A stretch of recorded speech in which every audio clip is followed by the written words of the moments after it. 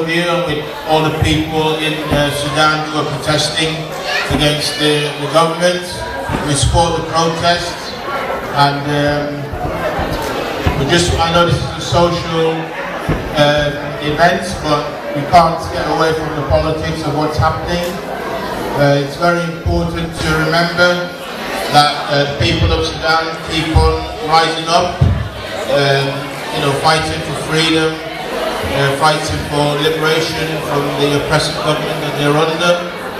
And this is not the first time, but throughout Sudan's history, Sudan has been a target for imperialism.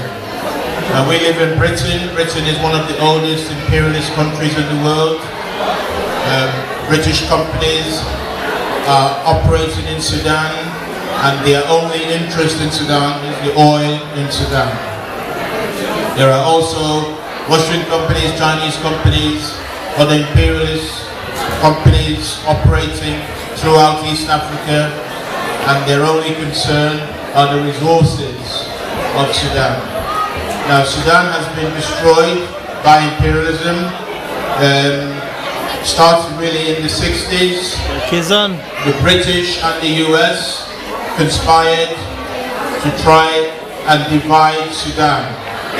The imperialists always like to deal with small countries, not big countries, and they have tried to divide Sudan into north, south, and west. And they have succeeded in dividing Sudan. We now have North Sudan and the South Sudan, and they are still planning also to divide Darfur away from Sudan. This is part of the imperialist plan, not because they are concerned about human rights abuses or torture, but only because it is easier to control weaker nations and control their resources and bring all the wealth to the imperialist countries. Now, just another thing that we should remember as well, when people rise up the way they have been in Sudan, there are other forces, petty bourgeois forces, middle class forces, who will try and come along and try and control the protest and try and push the protest where they want it to go. To remove Bashir, but to leave the same system in place. And we have to be very careful about this. And we also see similar forces operating in this country.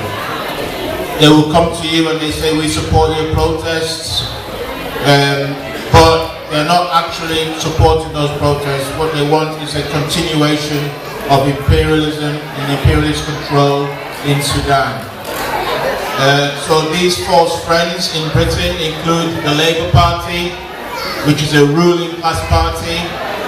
No difference between them and the Conservatives. I remember myself in 2003, 2005, campaigning on behalf of Darfur asylum seekers who were arrested at Dallas Court in Salford.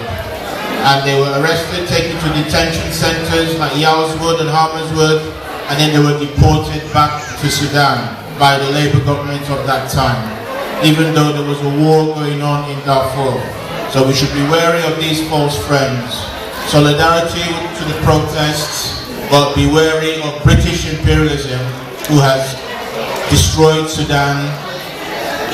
Thank you very much. Thank you, Captain.